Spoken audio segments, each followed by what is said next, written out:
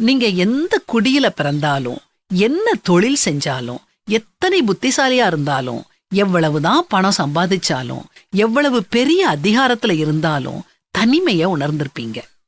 ஏமாற்றத்தை சந்திச்சிருந்திருப்பீங்க. நம்பிக்கையற்ற சூழ்நிலையில தள்ளப்பட்டிருந்திருப்பீங்க.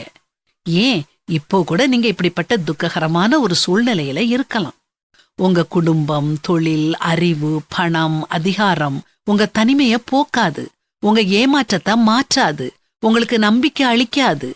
இந்த நேரத்துல நீங்க வாழ்க்கைனா என்ன அப்படிங்கறத நல்லா புரிஞ்சுக்கணும். எதுவுமே இல்லாம பிறந்து, எல்லாம் வேணும்னு அலைஞ்சி, எதுவுமே நிரந்தரம் இல்லைன்னு தெரிஞ்சு, உயிரும் சொந்தம் இல்லைன்னு உணர்ந்து இந்த உலகத்தை விட்டு பறந்து போறதுதான் வாழ்க்கை. இத நாம நல்லா புரிஞ்சுக்கிட்டோம்னா நிரந்தரமில்லாத இந்த உலக பொருட்கள் மேல நாம பற்று வைக்க மாட்டோம். நம்ம கூட எப்பவுமே இருக்கிறது கடவுள் மட்டும்தான். உங்க மனசுல இருக்கும் கடவுள்கிட்ட நம்பிக்கை வைங்க. ஐயோ நான் தனியா இருக்கேனே அப்படின்னு நினைச்சு கவலைப்படாதீங்க. நீங்க தனியா இல்ல.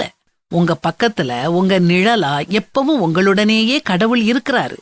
எனக்கு உதவ யாருமே இல்ல, என்னைய புரிஞ்சுக்க யாருமே இல்லன்னு எண்ணி மனசு உடைஞ்சு போயிடாதீங்க. நீங்க நிற்கதியா இல்ல. கடவுள் உங்க கரங்களை இறுக பற்றிக்கிட்டு உங்க பக்கத்துல நிக்கிறாரு. இரவுக்கு பின் பகலை தரும் கடவுள், குளிருக்கு பின் வெயிலை தரும் கடவுள் நிச்சயம் ஒவ்வொரு துன்பத்துக்கு பின் இன்பத்தை தருவாரு.